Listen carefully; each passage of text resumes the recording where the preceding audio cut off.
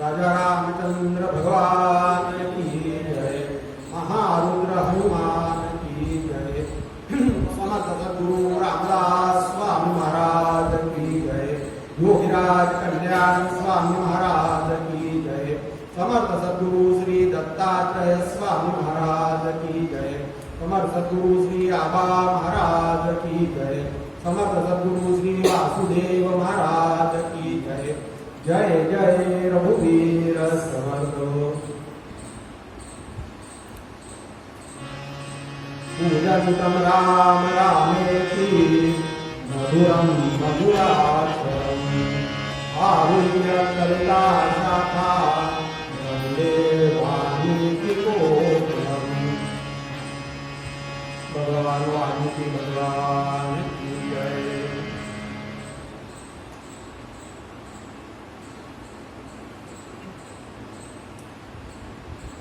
श्री रामाच्या या अत्यंत पवित्र मंदिरामध्ये अधिक मासानिमित्त त्यांचीच कथेचं, त्यांच्या चरित्राचं वर्णन करावं अशी एक असा मानस आहे आणि त्या योजनेने प्रयत्न चालू आहे। आजचा आपला 4था दिवस आहे। काल बोलता बोलता आपण विषय थोडा राहिला, भगवंताच्या वाल्मिकींची कथा म्हणजे काय, तर भगवंताच्या चरित्राचं वर्णन आहे। म्हणजे भगवंत सुद्धा शब्द इथे लावायला नको असं ते वर्णन आहे। कारण भगवंत म्हटलं की मग आम्ही नतमस्तक होतो, मग आम्ही डोळे बंद करतो आणि मग आम्हाला एक मनात असा भाव असतो की भगवंत म्हणजे भाव भगवानच आहे, आमची त्यांची तुलना कशी काय होणार।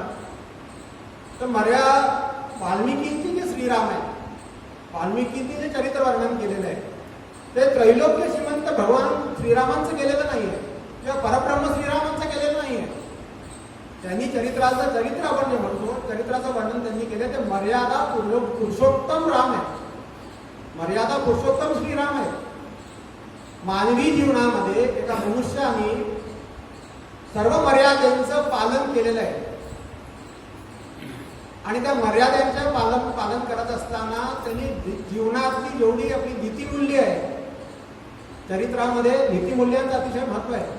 चरित्र त्याला म्हणावं ज्याच्या योगाने सद्धर्माची सुस्थापना होते, ज्यांच्यामुळे आमच्या मनातील वाईट विचार दुरितांचे तिमिर जावं हा जो असतो, त्या दुरितांचे तिमिर म्हणजे नाश रावणाचा केला असेल भगवंताने किंवा रामरायाने, पण अनेक लोकांच्या मनामध्ये, अनेक वानरांसारख्यांच्या मनामध्ये, मनुष्य जाऊ द्या, राजे महाराजे जाऊ द्या, वानर सारख्यांना त्यांनी वानर केलेलं आहे।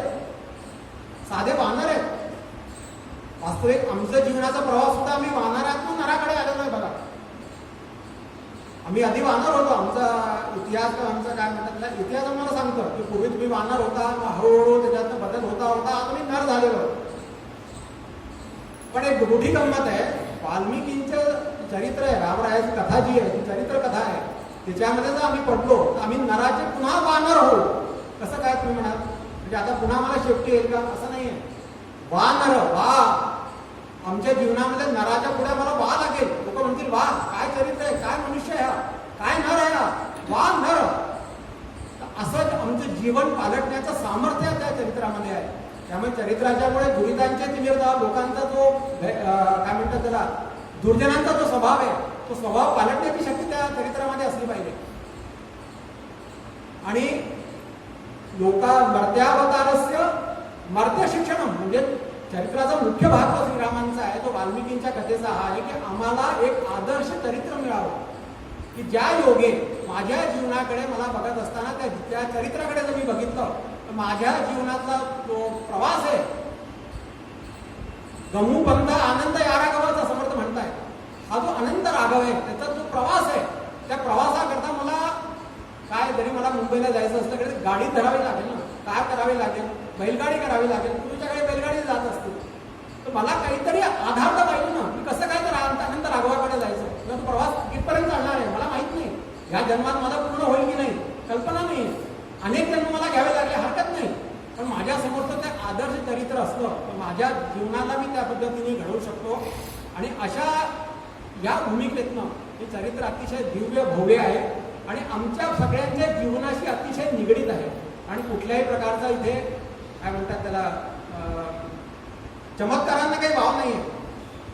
एक म्हणून रामादिवत वर्तितव्य असं म्हटलेलं आहे की मला जर माझ्या जीवनात कुठला जर काही मला जर आधार घ्यायचा झाला, धर्माचा आधार घ्यायचा झाला तर मी धर्म कुठे शोधावा.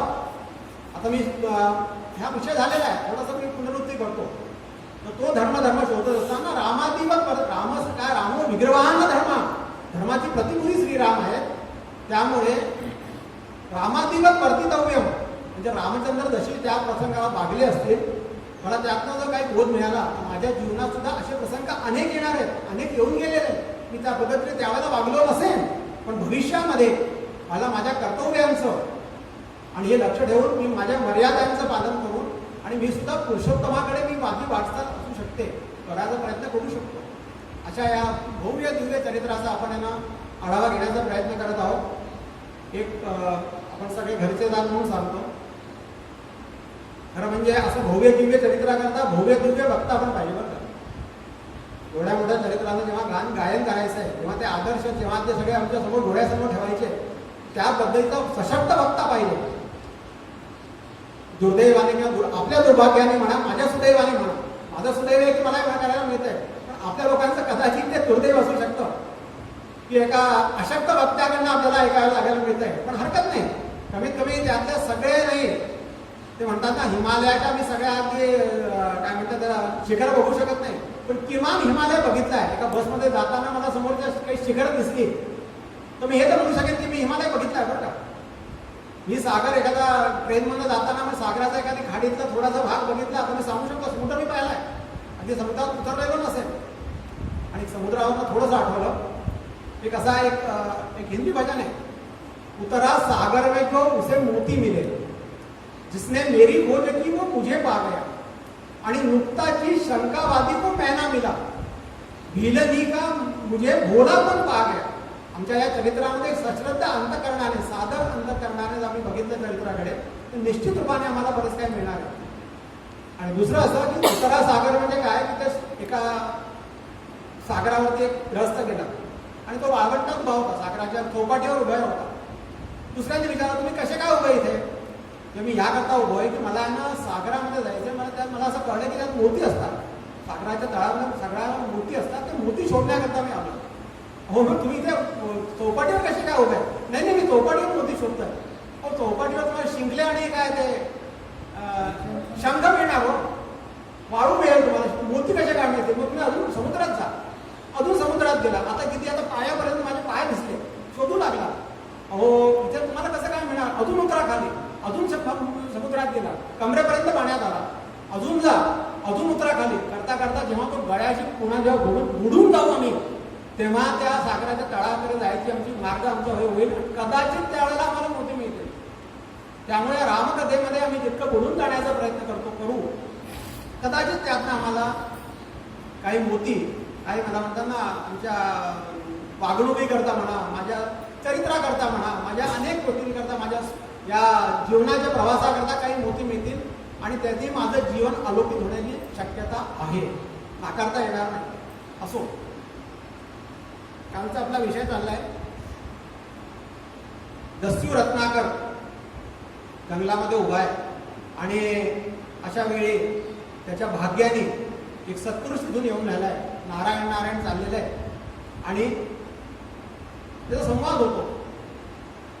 त्याला आश्चर्य वाटतं. थांब थांब थांब म्हटल्यानंतर तो ग्रस्त थांबत नाही, तो मुनी थांबत नाही. आपल्याला माहिती नारद मुनी आलेले आहेत आणि नारद मुनी आल्यामुळे ते थांबत नाही, ह्याचं त्याला मोठं आश्चर्य वाटतं. त्याला कधी अशी कल्पनाच नाहीये की मी कुणी जोडून ओढून थांबल्यानंतर कोणी थांबला नसेल. एक तर पळून जाईल मनुष्य त्याला बघून किंवा मग त्याला प्रतिकार तरी करेल. हे दोन्ही गोष्टी होत नाहीये आणि अशा तो किंचित काय म्हणतात त्याला वैमनस्य स्थितीमध्ये असताना त्याला थांबतो, त्या जवळ जातो. कोण आहेस तू? मी भगवंताचा दास आहे म्हणाले असं. आणि मग तू काय करतोय? काय तुझा भगवंत काय करतो? माझा भगवंत या जगाचं संचालन करतो म्हणाले. संचालन करतो? हो. या जगामध्ये दोन प्रकारचे लोक आहेत. चांगले लोक आहेत जे सत्कर्म करीत असतात सतत, आणि एक दुर्जन लोक आहेत जे सारखं वाईट कामं करीत असतात. मग माझा भगवंत जो आहे तो सज्जनांना चांगल्या कामाचं त्यांना बक्षीस देत असतो, त्यांच्या जीवनामध्ये चांगल्या गोष्टींना घडवत असतो, त्यांचा जीवन आणखीन चांगलं करत असतो. आणि जे दुर्जन असतात ना त्यांना मात्र तो शिक्षा देतो. असं तुझ्याजवळ काय आहे तू काढून दाखवतो. नारदांजवळ चिपळी असते आणि विणा असते. नारद त्याला विणा देतात आणि हे झाल्यानंतर एवढंच आहे, हो एवढंच आहे माझ्याकडे. आणि हे बघत असताना नारदांचा तो म्हणतो थांब, तू तुझी झडती घेतो, मला खरं वाटत नाही एवढ्या गोष्टींवर तू कसा प्रवास करणार, घे झडती. नारद उभे आहेत आणि नारदांची तो झडती घेतो. इथपर्यंत काल पण आलेलो होतो. नारदांचा त्यांना स्पर्श होतोय, भगवंताचा सद्गुरूंचा स्पर्श. काल आपला थोडा विषय झाला होता. ही जीवनाची अतिशय भाग्याची गोष्ट आहे. सर्वसाधारण माणसाला आमच्या जीवनाला सद्गुरूंचा संतांचा स्पर्श आहे हा होणं इतकं साधारण गोष्ट नाही. आमची जेव्हा आमच्या जीवनाची जेव्हा पापांची जेव्हा मुक्ती व्हायची वेळ असते ना तेव्हा त्या सद्गुरू आणि त्या संत आम्हाला भेटत असतात. संत समागम सुख जगत नाही, संत समागम सुख जगत नाही आणि नाही दरिद्र सम सुख दुःख जग नाही. संत समागमासारखं सुख जगामध्ये नाहीये. रामायणातला एक प्रसंग आहे, तुलसी रामायणातला प्रसंग आहे, सुंदरकांडातला प्रसंग आहे. मारुती राया लंकेमध्ये गेल्यानंतर ते शोधत असतात. प्रतिकरी शोधा देगे अगणित जोधा असं ते बघत असताना विभीषणाच्या घराजवळ जातात आणि विभीषणाचा आणि मारुती रायांचा संवाद. त्यावेळेला विभीषण म्हणतो तामस तनु कछु साधन नाही, तामस कछु सगु तामस तनु कछु साधन नाही,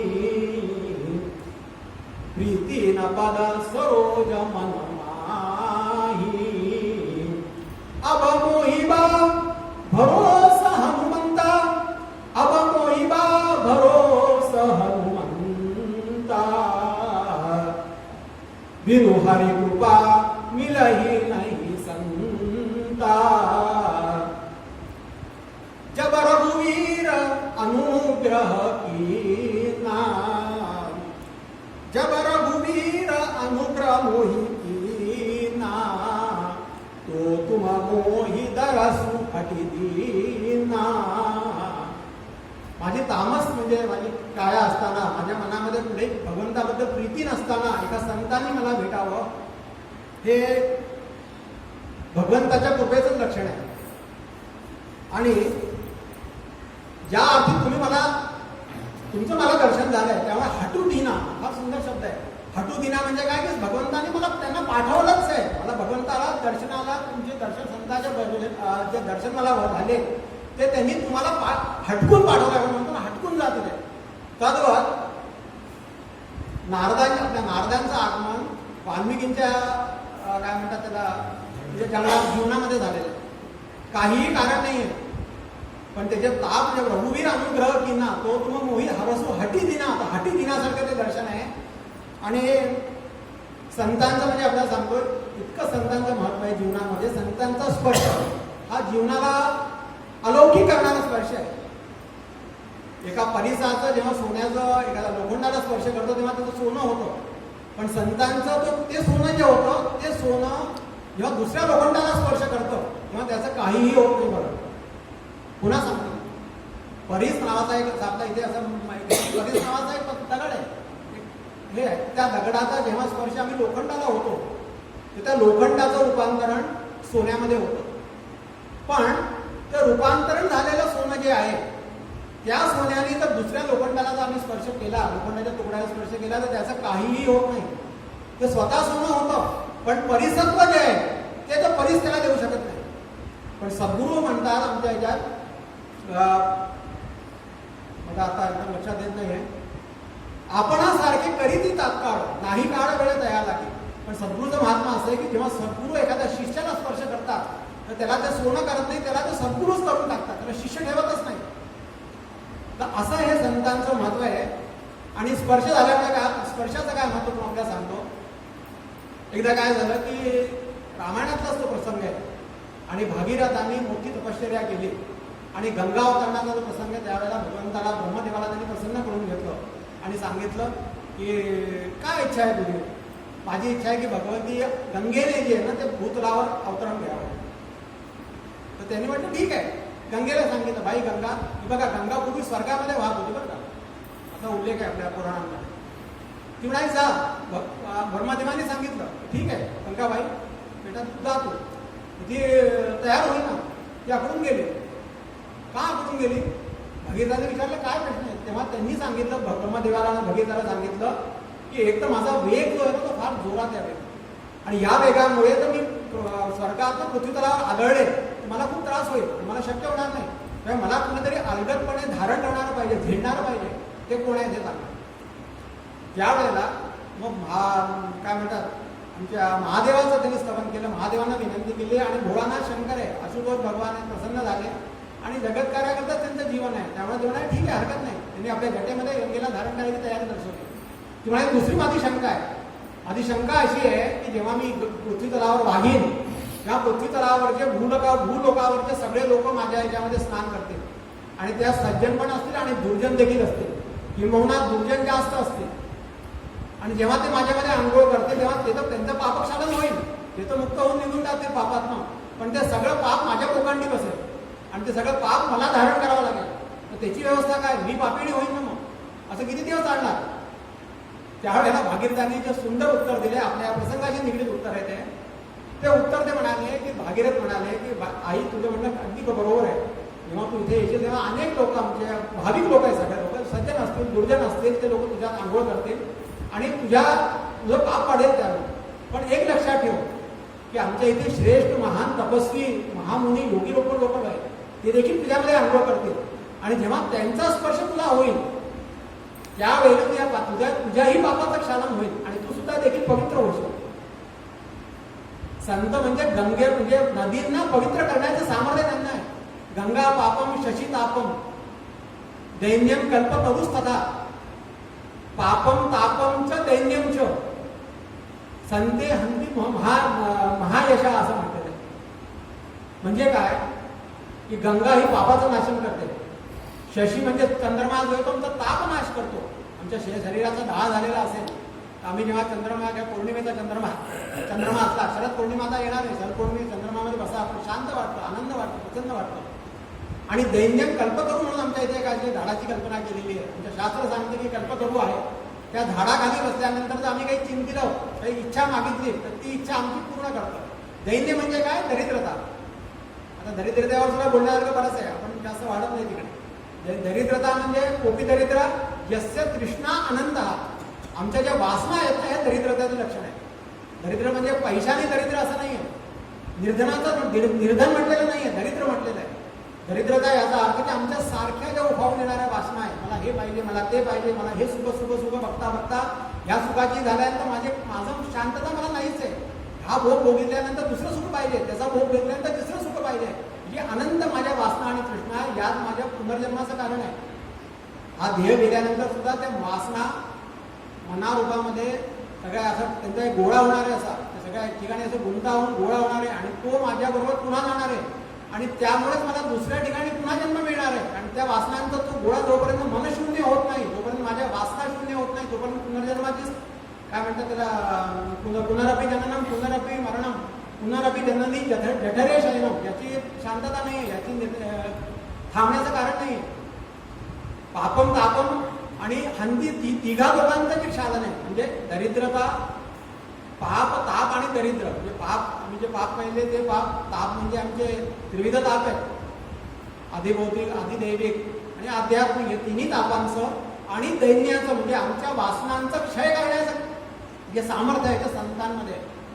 त्यामुळे संतांचा जो स्पर्श आहे हा त्यांना झालेला आहे आणि ते झाल्यानंतर ते झडती घेतली. तर हे तर खरं आहे. त्यामुळे तुझ्याजवळ काहीच नाही, अरे तुझ्या गोष्टी झाल्या, तो अशिक्षित आहे, दरोडेखोर आहे, त्याला कुठल्याही प्रकारचं भावना नाही आहे. आपलं फक्त येणाऱ्या माणसाकडे लुटून लुबाडून त्याचा पैसा मला मिळावा आणि त्याचं मी आपल्या परिवाराचं, आपल्या कुटुंबाचं काय म्हणतात त्याला भरण पोषण करावं, एवढंच त्याचा उद्देश आहे. त्यामुळे अशा वेळी त्यांनी अनेक लोकांना दुखवलेलं आहे, अनेक हे झालेलं आहे. तू म्हणतोय ते खरं आहे, तुझ्यावर अजिबातच काही नाही आहे. पण मला हे सांग की तू एवढा शांत कसा, तू एवढा काय म्हणतात त्याला निर्भय कसा, तुला भीती कशी वाटत नाही? तर भीती वाटण्याचं काय कारण आहे? भगवंताच्या दासाला भीती वाटण्याचं काय कारण आहे? समर्थांनी फार सुंदर सांगितलंय, भवाच्या भये काय भीतोसी लंडी. समर्थांनी लंडी असा शब्द वापरलेला आहे. खरं म्हणजे हा ना असा काही आदरसूचक नाही बरं का शब्द, हा एक दिवसणारा शब्द आहे, शिवी म्हणायला हरकत नाही. भवाच्या भये काय भीतोसी लंडी, धरी रे मना धैर्य धाकासी सांडी, प्रभू नायका सारिखा स्वामी शिरी आणि रुपेक्षी कदा कौपल्या दंडधारी, जय जय रघुवीर समर्थ. भवाच्या भवाच्या भयात तुला भ्यायचं काय कारण आहे? समर्थ म्हणताय लंडी, धरी रे मना, धीर, धाका अशी सांगली, घाबरू नको, धीर धर मनामध्ये. रघुनायका सारिका स्वामीशिरी, तुझ्या तू दास्यात तुझ्या स्वीकारलं. हे बघा काय आहे, आमचं दुःखाचं कारण एक फार मोठं आणखीन आहे. सेव्य सेवक भाव विनू भवन तरी उर्गारी, असं तुलसीदासांनी म्हटलेलं आहे. म्हणजे काय, आलेल्या प्राण्याला ज्यांनी जन्म घेतलाय, तर आम्ही सेवकाचा भावला, आम्ही दास्याचा भावला नाही ठेवला. तुलसीदासांचा शब्द बरं का, तुलसीदास आणि रामदास, जगी दास, जगी काय म्हणतात, जगी धन्य केले, जगी दास दोन्ही. समर्थांनी असं उल्लेख केलेला आहे. आता हे दास तर दोघं वेगळे आहेत बरं. समर्थांनी जो उल्लेख केला आहे तो मारुती राय म्हणून एक दास आहे, हनुमंत म्हणून दास आहे आणि दुसरे विभीषण म्हणून दास आहे. या दोघांनाही भगवंतांनी काय म्हणतात त्याला अमर केलेलं आहे, धन्य केलेलं आहे. पण आपल्याला सांगतो मी, तूर्त आपण या हल्लीचे आपण घेतलं तर तुलसीदास आणि रामदास या दोघंही यांना दोघांनी त्यांनी धन्य केलेलं आहे. दोघंही धन्य आहे. तर असं आहे तुलसीदासांचं म्हणणे, काय सेवक सेवक भाव विनू, आमच्या मनामध्ये जो भगवंताचा दास आहे, एवढंच माझी कन्सेप्ट मी आपल्या जीवनात ठेवला आणि त्याप्रमाणेच मी आचरण केलं, तर मला कसल्याही प्रकारची भीतीचं कारण नाही आहे आणि माझं जीवन सफळ होण्याचा फार मोठा सूत्र ह्यांनी दिलेलं आहे. आणि भयातीत काय म्हणतात त्याला, भये व्यापिले सर्व ब्रह्मांड आहे. सगळ्या ब्रह्मांडामध्ये प्रत्येक जण भयचकित बरं का, काय म्हणतात भयातीत बरं का, भयातीत नाही, भयग्रसित आहे. भये व्यापिले सर्व ब्रह्मांड आहे आणि भयातीत ते संत आनंद पाहे, असं समर्थ म्हणताय. म्हणजे काय, प्रत्येक जण जो आहे, बघा आम्हाला आपण विचार करा, आमचा असा एकही दिवस जात नाही की माझ्या मनात चिंता नाही, काळजी नाही आणि काळजीपेक्षा भीती आहे. इथे कुठेतरी भीती आहे. त्यात मुख्य भीती भावाची आहे, मृत्यूची सगळ्यात जास्त भीती आहे. म्हणजे माझा एक दिवस मृत्यू येणार आहे आणि माझी प्रत्येक दिवस माझी वाटचाल जी मी त्या जन्मधर्माकडे किंवा मृत्यूकडे माझी वाटचाल चालू आहे आणि कुठेतरी मरणाची भीती आम्हाला आहेच बरं का. या सगळ्या प्राण्यांमध्ये, म्हणजे प्राण्यांमध्ये तर आहेच, मनुष्यामध्ये विशेषतः आहे. आणि त्यामुळे काय म्हणतात, भये व्यापिले सर्व ब्रह्मांड आहे. सर्व ब्रह्मांडामध्ये प्रत्येक पुरुषाला, प्रत्येक माणसाला, प्रत्येक प्राण्याला भीती आहे. प्राण्याला आपल्या कल्पना असेल, उंदीर बघितला की मांजर बघितली की उंदराला घाम फुटतो, कुत्रा बघितला की मांजरीला घाम फुटतो. वाघ बघितलं म्हणजे असं ते एका मागे लिंक लागलेली आहे. आम्हाला सुद्धा भयाची भीती आहे. समर्थ म्हणतायत भयातीत ते संत आनंद पाहे. भयामध्ये भयातीत फक्त एकच वस्तू आहे ती म्हणजे संत आहे. संतांना कुठल्याही प्रकारचे अभयत्व निर्भयत्व प्रदान करण्याची शक्ती त्यांच्यामध्ये आहे. आणि अशा ह्याच्यामध्ये विचारतो आणि ते विचारतो की ठीक आहे तू इतका असं मी त्यांचा दास आहे म्हणून मला भीतीचं काही कारणच नाही आहे. मला काय कारण भीतीचं? मला हे सांग की दुष्कर्म का विषय झाला होता. दुष्कर्म म्हणजे काय, सत्कर्म म्हणजे काय, पुण्य म्हणजे काय, पाप म्हणजे काय. काय आपल्याला असं वाटत असेल की ना पूर्ण मूळ कथा पुन्हा आहे ना वाढत नाही म्हणजे सगळ्या तरुण लोकांचं म्हणजे बरोबर आहे, चूक नाही आहे.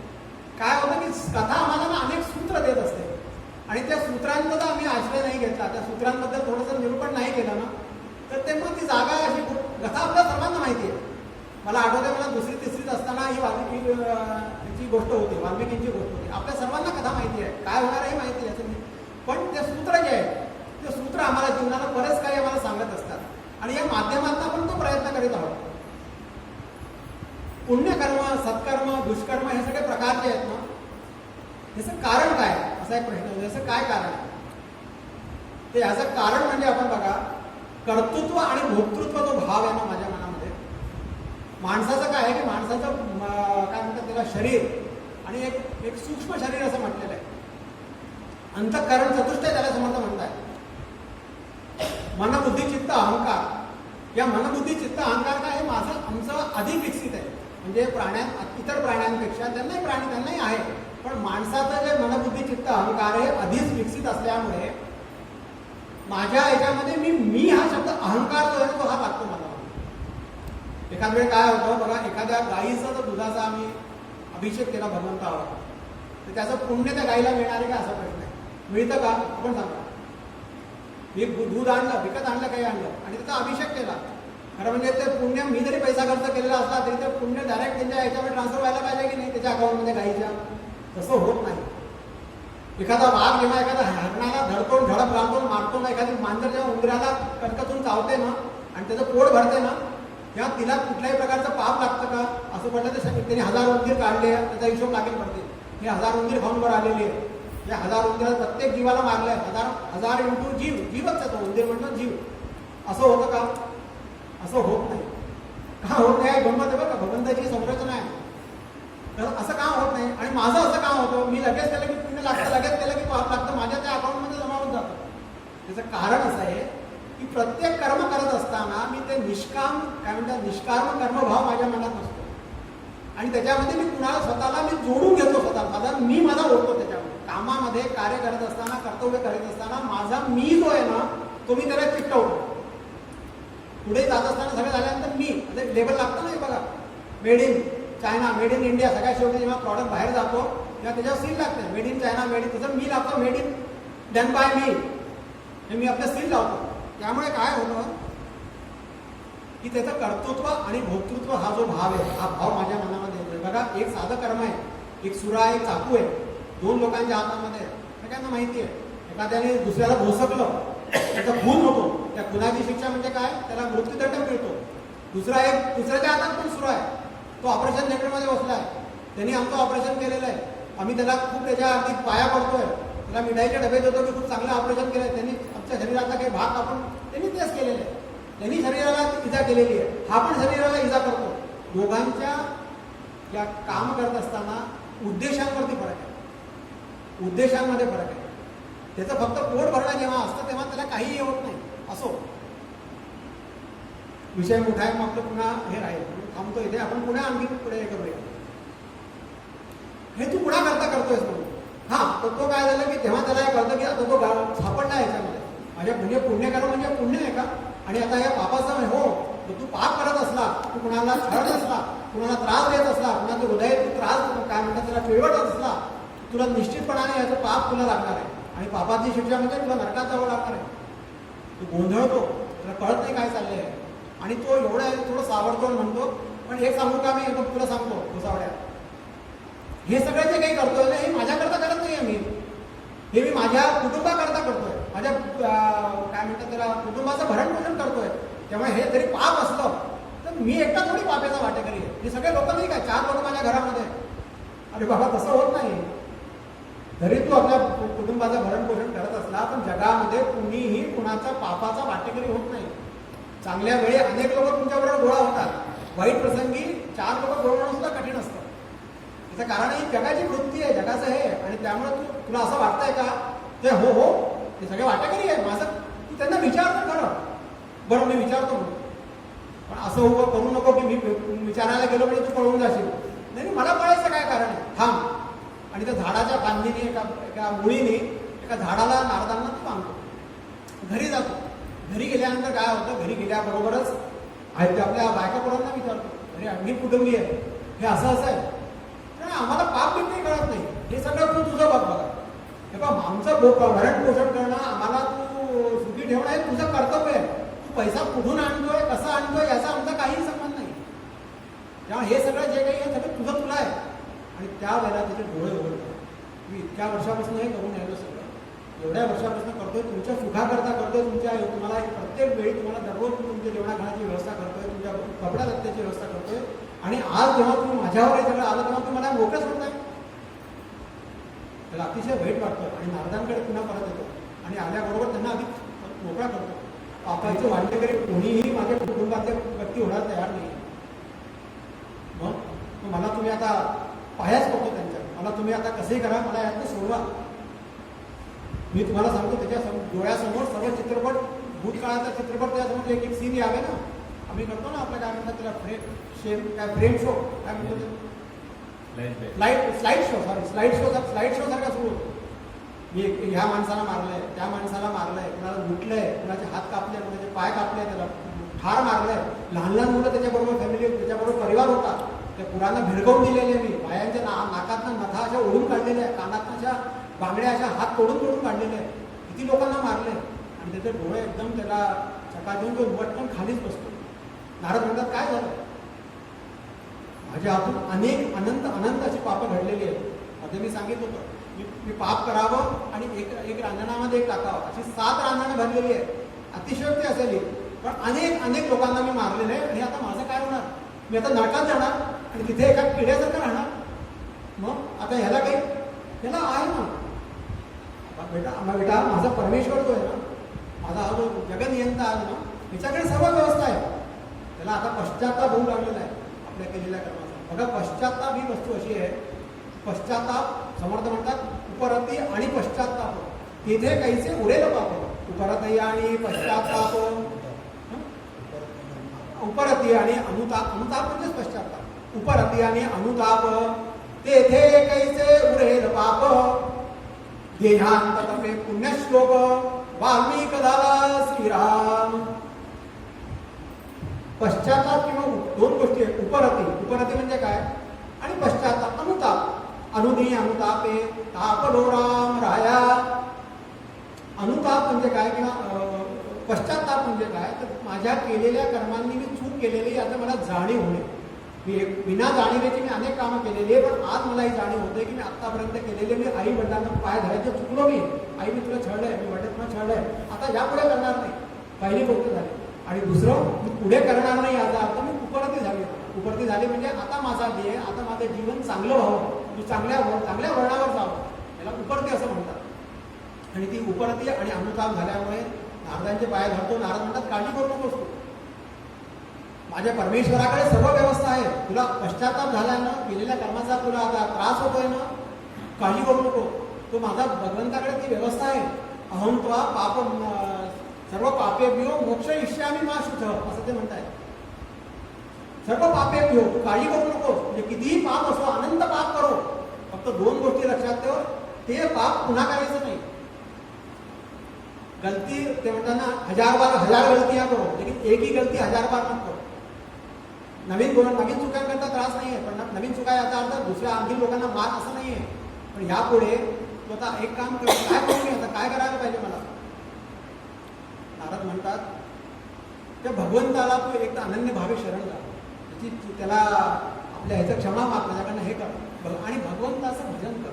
भगवंताच्या भजनामध्ये इतकी ताकद आहे की तुझं जे सगळं पापांचं तुझं चालन होईल आणि तुझं जीवन सुधरून जाईल. आणि अशा रीतीने मग तो म्हणतो मग काय करायला पाहिजे, तो तर असं कर, तो आता एक आणखीन महिला साधू संगम तो दुर्गम अमोघश्च असं म्हटलेलं आहे. साधूचा जो संघ आहे ना, खरी वृत्ती तो संत जाणं असं म्हटलं आहे. आमच्या वृत्तींमध्ये तो सारखा जे आमच्या हेलावतात ना वृत्ती, त्या वृत्तींना संत करून शांत करणे. खरी वृत्ती जो संत तो संत जाणं. साधूचा संगमा तो साधू सत्संग तो दुर्गम अमोघश्च. साधूचा संघ अतिशय दुर्लभ असतो, मिळत नाही सहसा. दुर्गम काही अनेक ठिकाणी अशा ठिकाणी असतो की आम्ही जाऊ शकत नाही, दुर्गम झाली आहे. उद्या म्हणाल पण मुरारला मोठे जरी एक साधू आलेले असते, संत आलेले असते, आम्ही जाऊन आम्हाला जाता येणं शक्य नाही. आणि अमोघश्च म्हणजे त्याचा निश्चितपणाने परिणाम होतो. आमच्या संघाच्या साधूच्या संघाचा आम्हाला आमच्या जीवनावर निश्चितप्रमाणे काय म्हणतात निश्चित प्रकारे परिणाम होतो. यात कुठले हे नाही, त्याच्यावर परिणाम झालेला आहे आता. आणि अशा वेळी तो म्हणतात मी काय करू, तू काहीही करू नकोस, तू आता एके ठिकाणी शांत बस आणि राम राम राम राम हे अक्षर म्हण. त्यामुळे त्याचं सांगतात. आणि तो वाल्मिकी त्याला म्हणतात तुझं काम होईल, तू निश्चित राहा, मात्र हे राम नाम सोडू नकोस. आणि अशा ह्याच्यात वाल्मिकी बसलेले आपला वाल्मिकी जे रत्नाकर दस्यू जो आहे तो अजून वाल्मिकी झालेला नाही आहे, अजून रत्नाकर दस्यूच आहे. आणि तो तिथे बसतो शांतपणाने. नारद त्याच्या डोक्यावरती मस्तकावर हात ठेवतात आणि राम राम राम हे अक्षर त्याला म्हणायला सांगतात. त्याच्या मागे पापांचा खूप मोठा डोंगर आहे, त्यामुळे त्याच्या मनातनं राम राम हे शब्द निघतच नाही. आपण लोक म्हणाल की एवढ्या गोष्टी केल्या त्यांनी दुनियाभरच्या आणि राम राम शब्द कळत नाही. त्याला ती मारायची सवय, मरा मारा मारो हे सगळे शब्द आहेत. आणि दुसरं असं एक हा अर्थ झाला. दुसरा अर्थ असा आहे की आमच्या तोंडातनं भगवंताचं नाम निघू शकत नाही जोपर्यंत आमच्या पापांचं क्षालन होणार नाही. लक्ष ठेवा, प्रत्येकाला इथे बसून रामनाम करायची इच्छा होणार नाही. ते जेव्हाच होईल की जेव्हा आमच्या अनुपरती आणि अनुताप आम्हाला आमच्या केलेल्या कर्मांचा झाला ना. राम ही शब्द खूप सोपं आहे, प्रत्येकजण म्हणू शकतो, पण माझ्या मुखात राम येत नाही. याचा अर्थ काय, याचा अर्थ असा आहे की माझी वृत्ती अजून ते वळलेली नाही. मला अजून संसार हा मला आकर्षित करत असल्यामुळे सत्संगाचा मला संघ घडावा, भगवंताचं नाम माझ्या मुखात यावं याची मला इच्छा होत नाहीये. आणि असं हे असताना आपला वेळ झालेला आहे, आपण इथे थांबूया. काय की गोष्ट तेवढीच आहे, फक्त ते अनेक पैलूंमध्ये जात असल्यामुळे कदाचित आपल्याला असं वाटत असेल की खूप स्लो चाललंय, असं वाटतंय का? वाटतंय? हां. आणि भगवंताचं नाम घेण्याकरता दस्यू रत्नाकर आपल्या स्वस्थान बसलेले. नारदांनी सांगितलं तू निश्चितपणाने राहा, तू आपल्या भगवंताचं नाव घे आणि तुझं जे आहे. आणि त्यांनी सांगितलं ठीक आहे, तुला राम म्हणता येत नाही, मरा म्हण, मरेती जप सर्वदा, तू मरेती मरा मरा मरा मरा तो करतो. आणि त्यात लय सुरू होते आणि ते राम राम मध्ये तिचं रूपांतरण होतं. आणि आता त्या ठिकाणी ते जंगलामध्ये ते दस्यू बसलेले आहेत, रत्नाकर बसलेला आहे. आपण इथेच याच ठिकाणी थांबूया. आणि भगवंताचं नाम तोपर्यंत आता आपण उद्यापर्यंत कमीत कमी आपण देखील आपल्या घरांमध्ये आपल्या मनामध्ये ते नाम घेऊया. पुढची कथा आपण उद्या बघूया. जय जय रघुवीर.